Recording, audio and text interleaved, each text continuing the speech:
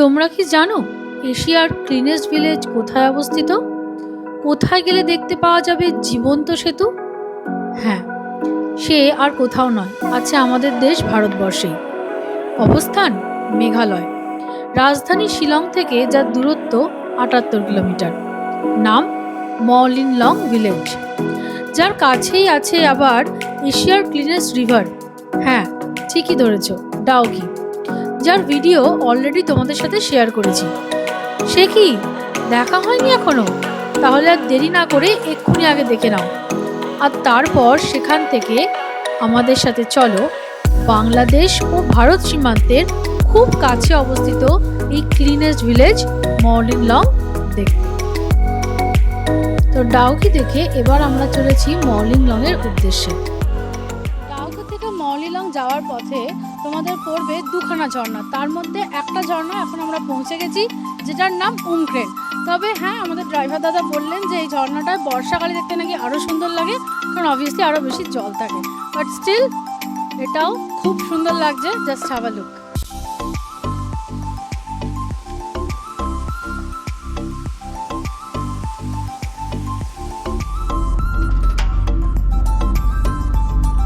মলিনলং যাওয়ার পথে আমরা আরও একটা ঝর্ণা দেখতে পেলাম।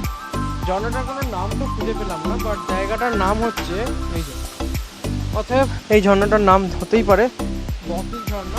সবাই এগিয়ে গেছে, চলো আমরা এবার গিয়ে দেখি জায়গাটা কেমন। আওয়াজ শুনতে পাচ্ছ। সব থেকে মজার ব্যাপার হলো ব্রিজ থেকে এই ঝর্ণাটা দেখতে পাবে। এবার দেখো,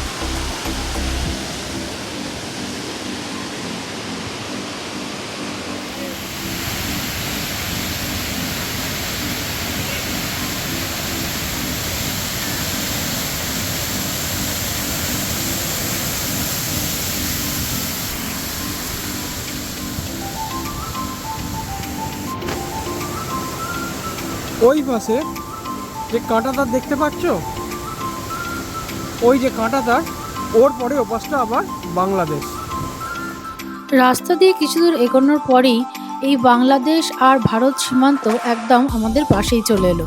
এই যে দেখছো কাঁটাতারের বেড়া, এর ওপাশে বাংলাদেশ, আর এই যে এদিক দিয়ে আমরা যাচ্ছি, এটা ইন্ডিয়া। বেশ কিছুক্ষণ এই ধরনের রাস্তা দিয়ে চলার পর আমরা এবার প্রবেশ করতে চলেছি মর্নিংলং ভিলেজে। আর দেখতেই পাচ্ছ দুপাশ কি সুন্দর হয়ে গিয়েছে, আবার সেই প্রকৃতির কোনো স্বর্গরাজ্যে চলে এসেছি বলেই মনে হচ্ছে। আর আমার মনের এক্সাইটমেন্টটাও বাড়ছে, কারণ জানো এই গ্রামকে অবশ্য বলা হয় গডস ওন গার্ডেন। দুপুরের মধ্যেই আমরা পৌঁছে গেছিলাম মর্নিংলং ভিলেজে। আজকে আমরা দুপুরে খাবার খাবো এই জায়গাটায়। রেস্টুরেন্টটার নাম হচ্ছে দাব্যাং রেস্টুরেন্ট। এখানে different kind of thali available তো লেখা আছে, গিয়ে দেখবো। ভেতরে যাব তার আগে দেখে নাও এই জায়গাটা না, এই যে এখানে যে পার্কিং আছে, ঢুকেই যে পার্কিং, সেই পার্কিংয়ে আর ওই যে পোস্ট অফিস আছে, পোস্ট অফিসের ঠিক উল্টো দিকেই হচ্ছে এই রেস্টুরেন্টটা। চলো এবার ভেতরে যাওয়া যাক। এখানে খাওয়া থালি সিস্টেম, তাই আমরা সবাই থালি নিয়েছি। এই যে ম্যাক্সিমাম লোকজনই নিয়েছে ভেজ থালি, তার মধ্যে আছে ভাত, আলু কাঁকরোলের তরকারি, পনির, স্যালাড, আর এখানে পাঁপড়, চাটনি আর ডাল কমন। আমি নিয়েছি এগ, তাই আমার পনিরের জায়গা আছে এগ। মা বাবারাও এখানে ভেজ থালি নিয়েছে। এই যে সমস্ত থালির যে ডিটেলসগুলো আছে, এই যে আমি একটা ভিডিওতে করে নিলাম, স্ক্রিনে রয়ে গেল, এখান থেকেই তোমরা এটা দেখতে পেয়ে যাবে। চলো এবার খেতে বসা যাক। খেতে কেমন লাগছে? ভালো, টেস্ট ভালো, জাস্ট একটু অয়েলি, মানে আমরা যেরকম অয়েল খাই তার থেকে একটু বেশি অয়েলি, এটা বিঘা বিঘা এমনি ভালো। মর্নিংলংয়ে আমরা আছি হালা টিংয়ং স্টে ইন বলে একটা জায়গায়। আমার প্রোনাউন্সিয়েশন এত ভুল হচ্ছে, বাট এই জায়গাটার নাম আর কন্ট্যাক্ট ডিটেলস আমি স্ক্রিনে দিয়ে দেবো। জায়গাটা দেখো একবার।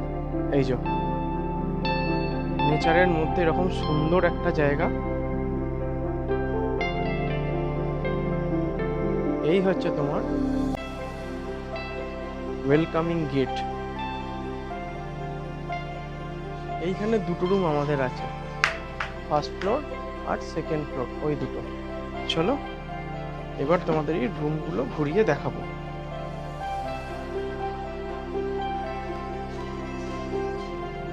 এরপর এখানে রুম টুরটা করে নেওয়া যায়। আমরা আছি সেকেন্ড ফ্লোর, বা যেটাকে বাংলাতে বলে 3 তলা। এই যে আমাদের রুম 201। ঢুকিয়ে দেখো, দেখতে পাচ্ছ এখানে পরিষ্কার, বেশ বড়, নিট অ্যান্ড ক্লিন রুম। অনেকগুলো বালিশ দিয়েছে।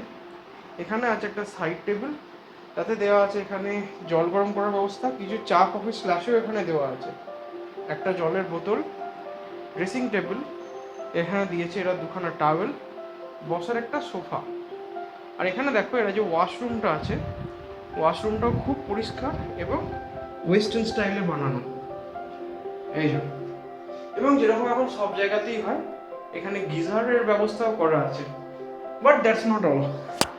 এই রুমের বাইরে আছে খুব সুন্দর একটা ব্যালকনি, সেখানে এখন আমার মা বাবারা দাঁড়িয়েও আছে, এই দেখো, এই যে। আর এইখান থেকে তুমি দেখতে পাচ্ছ মৌলিলং শহরের একটা খুব সুন্দর ভিউ। শহর নয়, এটা তার গ্রাম। বিকেল প্রায় 4:45 বাজছে। আমরা মৌলিলং গ্রামে ঘুরতে বেরিয়েছি। চারপাশ অসম্ভব পরিষ্কার, এমনি এমনি তো এটা নিশ্চয়ই আর এশিয়াস ক্লিনেস্ট ভিলেজ হয়নি। তো বাকি সবাই গিয়ে দেখো না একবার। মিতা সামনে যাচ্ছে, আর এই যে বাকি সবাই আসছে পিছনে।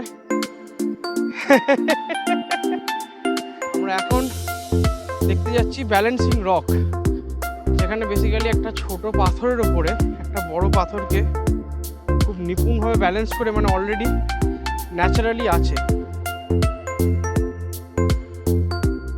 মৌলিলংয়ের রাস্তা দিয়ে হাঁটার সময় দুদিকেই দেখতে পাবে সুন্দর সুন্দর বাগান, কিছুটা সেই গ্রামবাসীদের করা, আবার কিছুটা ন্যাচারালি।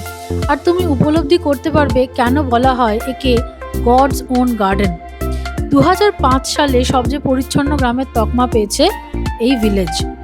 তাই চোখ আর মনকে শান্তি দিতে একদিন অবশ্যই কাটিয়ে যেও এই মৌলিনলংয়ে। আর চোখে পড়লো এই সাইনবোর্ডটা, যেখানে তুমি কিছু রুলস অ্যান্ড রেগুলেশন দেখতে পাবে। এখানে ধূমপান strictly prohibited, littering punishable offence, আর প্লাস্টিকের ব্যবহার একদমই বন্ধ। আর এর মধ্যে কোনো একটা নিয়ম যদি তুমি মানতে ভুল করো, তাহলে তোমার হতে পারে মোটা টাকার জরিমানা। আবার তার সাথে সাথে দেখো, এই মাঠে কিছু ফুটবল খেলছে, এরম ছেলেমেয়েও দেখতে পেলাম। এরা সবাই এই গ্রামেই থাকে। কি সুন্দর না এই জীবন এদের। আমরা এখন হেঁটে যাচ্ছি এই যে স্কাই ভিউ পয়েন্টের দিকে, আরো অনেকেই যাচ্ছে। চারপাশে একখানা অদ্ভুত রকমের নিস্তব্ধতা আছে, যে জিনিসটা খুব ভালো লাগছে। এই যে পৌঁছে গেছি স্কাই ভিউ পয়েন্টে। এখানে আমাদের এন্ট্রি ফি লেগেছিল 30 টাকা পার হেড। এইরকম বাঁশের স্ট্রাকচার, ঠিক সিঁড়ি নয়, গড়ান, তাতে ঢাল করা আছে, সেইটা দিয়ে উঠতে হবে। এই যে স্ট্রাকচারটা দেখো, বেশ মজার। হ্যাঁ, বাট একটু তো কসরত করতে হবেই, not like cake walk, but বেশ সুন্দর, মজার জিনিস। দেখো মিতা সব থেকে সামনে আছে, পিছনে আরো দুজন আসছে, ওই যে উনি আসছেন পিছনে। মিতা সব থেকে আগে লিড করছে। খুব সুন্দর জায়গাটা। কিরকম লাগছে তোমার?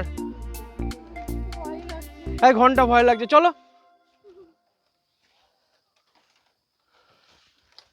ওপাশে দেখো সানসেট হচ্ছে, মনে হচ্ছে মোস্ট লাইকলি আমরা খুব ভালো সময় এসেছি। এবার দেখা যাক।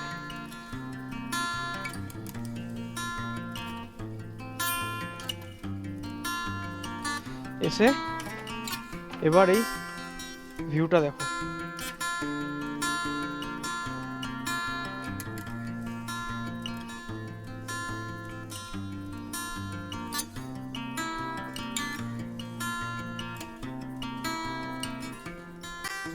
দারুণ অভিজ্ঞতা একটা এরকম দড়ির, মানে খুব প্রথমে খুব ভয় লাগছিল এরকম গাছের উপর দিয়ে এতটা উঁচুতে ওঠা। বেসিক্যালি আমরা একটা গাছের মগডালে দাঁড়িয়ে আছি। হ্যাঁ, গাছের মগডালে, যেটা তোমরা দেখতেই পাচ্ছ। আমি দেখিয়ে দিচ্ছি, দেখো একবার। বাঁশ আর এরকম শেকড়, নরম কঞ্চি দিয়ে বানানো। তো তোমাদের কেমন লাগলো বলো বাবারা? খুবই ভালো। হ্যাঁ, আর পেছনের ভিউটা দারুণ, অসাধারণ। আমার খুব সুন্দর লেগেছে। হ্যাঁ আমি তো আমার মিসেস হচ্ছে না, হ্যাঁ জোর করে আমি ওকে হ্যাঁ ঠেলে তুললাম। এই যে সাঁকোটা আছে, এই সাঁকোটা প্লেস টপকেই চলে যাওয়া যায় সামনে ওই পাশে মার্কেট এরিয়াতে। আমরা এখন ওই মার্কেট এরিয়ার দিকেই যাচ্ছি।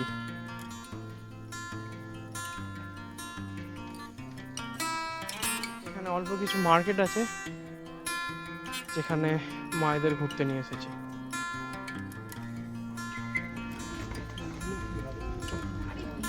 জিজ্ঞাসা করছি, কালকেও আমরা কিনেছি ওখান থেকে একটা।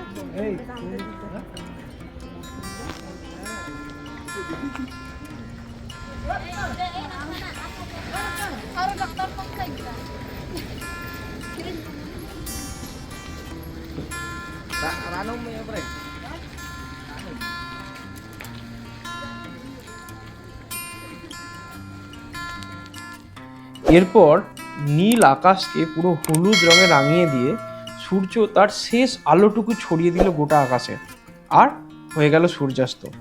এরকম একটা দৃশ্য আমরা কলকাতা বা এরকম বড় শহরে থেকে দেখার কথা ভাবতেই পারি না। কংক্রিটের জঙ্গলে আমাদের শহরটা তো ভরে গেছে, তাই এত সুন্দর দৃশ্য যেটাকে বলে কোণে দেখা আলো, সেই আলো আর এই সূর্যাস্ত যদি দেখতে হয় তাহলে এখানে একদিন থাকতে হবেই।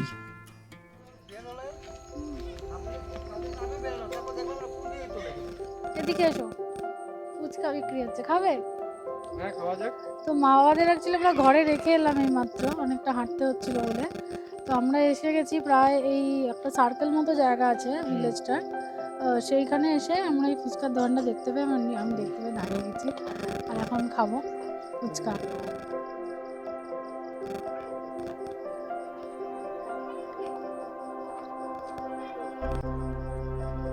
Thank you.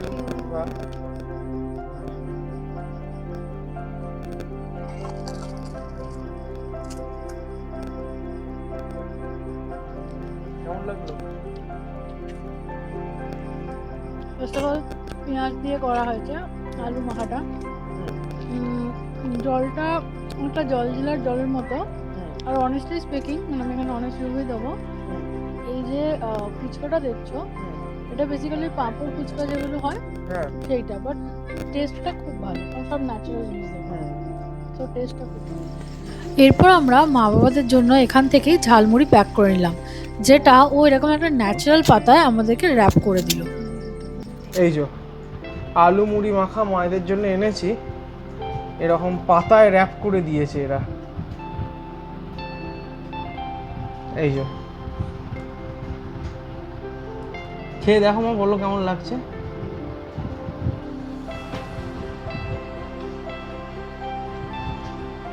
ভালো ভালো ভালো, কিন্তু আমরা ওখানে যেভাবে মাখি সেরকম আলাদা আলাদা, অনেকটাই আলাদা। আমরা কালকে এসেছি মর্নিং লং এ, আজকে সকালে ভাবলাম গ্রামটা আবার ঘুরে দেখবো। এত সুন্দর জায়গা তো রোজ রোজ আসা হয় না, চলো গ্রামটা আবার ঘুরে দেখা যাক। পেছনে যে একটা পোকা সব বাড়ি বাড়ি ঘুরে পুজো করছে, তার আওয়াজ তো নিশ্চয়ই পাচ্ছ তোমরা। চলো এবার এগোনো যাক।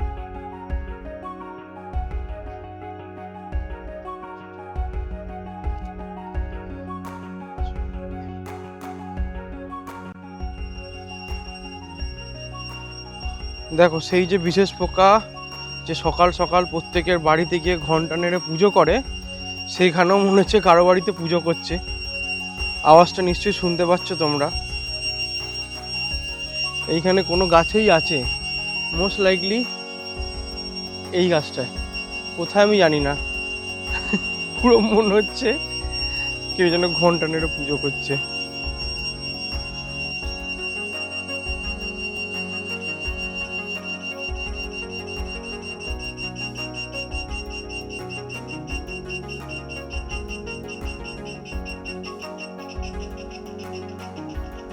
চলো পুজো শেষ, এগোনো যাক। বলুন কেমন লাগছে সকালবেলা ঘুরতে? দারুণ জায়গা। ঘুরতে ঘুরতে আমরা এসে গেছি আমাদের ফার্স্ট স্পট। এখানে মোট দেখতে পেলে একটা সুন্দর প্রজাপতি উড়ে গেল স্ক্রিনের সামনে দিয়ে। দেখো এখানে মোট দুটো চার্চ আছে, তার মধ্যে এইটা একটা চার্চ, এই যে আর একটা চার্চ আছে আমরা যেখানে আছি তার কাছেই, সেখানে পরে যাব। এই চার্চটা মনে হচ্ছে নতুন তৈরি করা হয়েছে, আগে ছিল না, এখনো কনস্ট্রাকশনের এফেক্ট এখানে রয়ে গেছে, এখনো ভেতরে কাজ হচ্ছে। চলো একবার ভেতরটাতে গিয়ে দেখা যাক।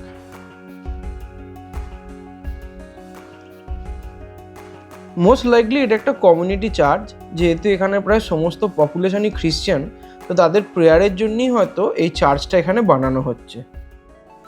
মর্লিনলংয়ের সবচেয়ে আকর্ষণীয় বিষয় কি জানো? এখানকার সমাজ ব্যবস্থা। ছবির মতো পরিষ্কার পরিচ্ছন্ন একটা গ্রাম, আর সেই পরিচ্ছন্নতার দায়ভার বহন করে এখানকার কচিকাঁচা থেকে শুরু করে বয়স্ক ব্যক্তিরা। যেমন এনাকে দেখলে পুরো জায়গাটা ঝাড় দিয়ে কি সুন্দর পরিষ্কার করে রাখছে। এইরকমভাবে সবাই এখানে, যেখানে কোথাও তোমরা কোনো একটা কোনাও ময়লা দেখতে পাবে না, সব কিছু এভাবেই পরিষ্কার করে রাখে। আর জায়গায় জায়গায় দেওয়া আছে ন্যাচারাল ডাস্টবিনও, যাতে তুমিও যখন যাবে কোনো কিছু ফেলার জন্য ওই ডাস্টবিন ইউজ করো। তাই এটা একটু মাথায় রাখবে, কারণ এই গ্রাম পরিষ্কার রাখার দায়িত্ব আমাদেরও। আচ্ছা, এই মর্লিনলংয়ে এক রাত থাকার আরও একটা অ্যাডভান্টেজ হচ্ছে এরকম প্রজাপতি দেখতে পাওয়া। এবার তোমরা ভাবতেই পারো প্রজাপতি তো অনেক জায়গাতেই দেখা যায়, তাহলে স্পেশালটা কি? কিন্তু যেরকম এখানে দেখতে পাচ্ছ, এখানে প্রজাপতিগুলো অসম্ভব বড় আর তাদের গায়ের রঙও অসম্ভব সুন্দর। যেমন এই প্রজাপতিটাকেই দেখো, একটা জবা ফুলের মতো, বা বলতে গেলে আমাদের একখানা বড় মানুষের একটা হাতের মতো বড় এই প্রজাপতিটা। আর সে এখানে বসে এখানে ফুল থেকে হয়তো মধু খাচ্ছে কি রেণু সংযোগ করছে, যেটা হোক করছে। তো এই রকম জিনিস তো রোজ রোজ দেখা যায় না। এরকম জিনিস দেখার জন্য তুমি যদি এখানে থাকো তবেই তুমি মজা পাবে। বা এই যে প্রজাপতিটা দেখছো হলুদ আর কালো রঙের, এইরকম প্রজাপতি কি বাইরে কোথাও দেখেছো? আমি তো অন্তত দেখিনি, আবার এত বড়। এগুলো মানে once in a lifetime experience. ঘুরতে ঘুরতে আমরা চলে এসেছি এখানে আর একটা ঘোরার জায়গা, সেটা হচ্ছে এখানে একটা পুরনো চার্চ যেটা আছে সেইখানে। ওটা নতুন করে তৈরি হচ্ছে, কিন্তু এই চার্চটা বেশ পুরনো, অবশ্যই এখন বন্ধ আছে, বাট খুব সুন্দর জায়গাটা, বেশ সুন্দর, সেই জন্য আমরা এখানে এলাম। এই জায়গাটা দেখুন।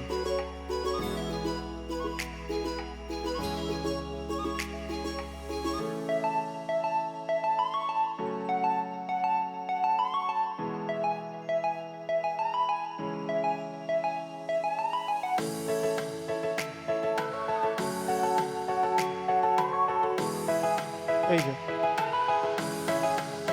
এখানে চার্চের সম্বন্ধে সমস্ত কিছু ডিটেলসে লেখা আছে। আর এখানে আছে আর একটা পুস্তক ফলক।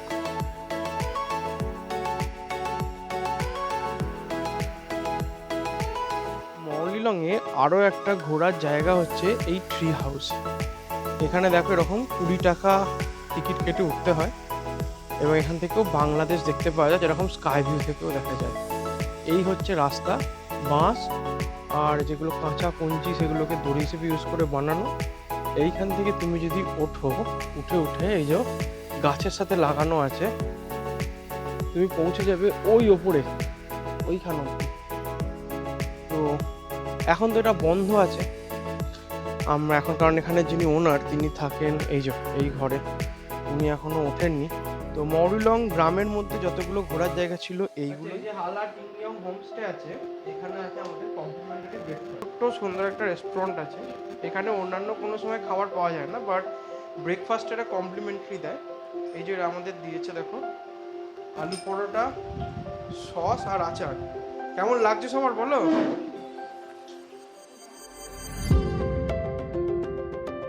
বাজছে সকাল 8:30 মতো। আমরা চলে এসেছি single decker living root bridge দেখতে। যাবার জায়গাটা দেখাচ্ছি দেখো, এই যে সবাই এগিয়ে পড়েছে এই সিঁড়ি দিয়ে। এই সিঙ্গেল ডেকার লিভিং রুট ব্রিজে যাওয়া খুব একটা কঠিন নয়, অল্প একটু ট্রেক করতে হয়, মোটামুটি 10-15 মিনিট মতো। পুরো রাস্তাটাই দেখো এইখানে জঙ্গলে ছাওয়া এবং খুব সুন্দর, পুরো একদম নেচারের মধ্যে। আচ্ছা, একটা ইনফরমেশন এখানে দিয়ে রাখি, এই সিঙ্গেল ডেকার রুট ব্রিজে যাওয়ার জন্য তোমাদের টিকিট পড়ে 40 টাকা পার হেড। এই যে আমরা পৌঁছে গেছি সিঙ্গেল ডেকার লিভিং রুট ব্রিজে, ওই যে সামনে, ওর ওপরে আমরা উঠবো। এই যে এটা মেঘালয়ের একটা খুবই ইউনিক জিনিস, এটাকে মানে মেঘালয়ের আইকনিক স্পট হিসেবে যদি কিছু জায়গা বলা হয় তার মধ্যে একটা অবশ্যই এইখান থেকে দেখাও আগে জিনিসটা, single decker living root bridge. এই যে দেখো, এই হচ্ছে ব্রিজ, আমরা এটাকে এবার লিভিং রুট ব্রিজ বলার কারণটা এটাই কি এখানে হচ্ছে গাছের শিকড়, দুটো গাছ দুদিক থেকে এসে গাছের শিকড় জড়িয়ে জড়িয়ে হয়েছে। হ্যাঁ তো চলো গাছ আমরা এবার যেহেতু একটা ব্রিজটা- লিভিং এন্টিটি, সো ব্রিজটা ক্রস করবো, চলো। হ্যাঁ চলো এবার আমরা ব্রিজের ওপর দিয়ে যাব। এই যে মা বাবারাও চলে এসেছে, এই যে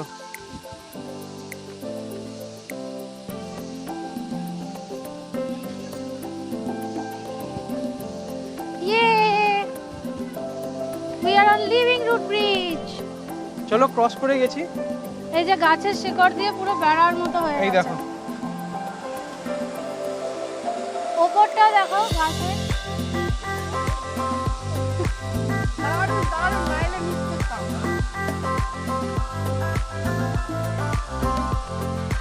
এখন এইখানে যে জল আছে এই জলেও নামা যায়। বর্ষাকালে এলে এখানে জলটা এত জোরে বইতে থাকে যে এখানে নিচে জলে নামা যায় না। থাইলং নদীর ওপর তৈরি হয়েছে এই ব্রিজ।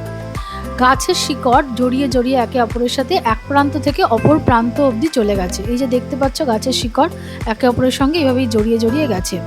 আর এই হচ্ছে বর্ষার রূপ এই জায়গাটার। আর যেটাও বলছিল যে নদীতে তখন নামা যায় না বর্ষার, এই সেই থাইলং নদীর রূপ বর্ষাকালে। আর এই যে ব্রিজটা দেখতে পাচ্ছ, এই ব্রিজটাতে পরবর্তীকালে এই মাটি কাঠ পাথর ফেলে এটাকে বেশি যাতায়াতের উপযোগী করে নিয়েছে এখানকারই লোকাল লোকেরা। একবার অবশ্যই দেখে যেও জীবনে এই লিভিং রুট ব্রিজ। আমাদের মলিনলং তথা মেঘালয় ভ্রমণের শেষ এখানেই। কেমন লাগলো এই মলিনলং অবশ্যই কিন্তু কমেন্টে জানিও। আর আমাদের পুরো মেঘালয় সিরিজটাকে ফলো করতে হলে ডান দিকে যে প্লেলিস্টটা আসছে সেটা চেক করতে পারো। খুব শীঘ্রই আবার অন্য কোনো জায়গার হদিশ নিয়ে এবং ভ্রমণ কাহিনী নিয়ে আমরা হাজির হব। ততদিন সবাই খুব ভালো থেকো। আর হ্যাঁ, আমাদের কন্টেন্ট ভালো লাগলে like and subscribe our channel. Bell আইকনটা প্রেস করতেও ভুলো না। বাই।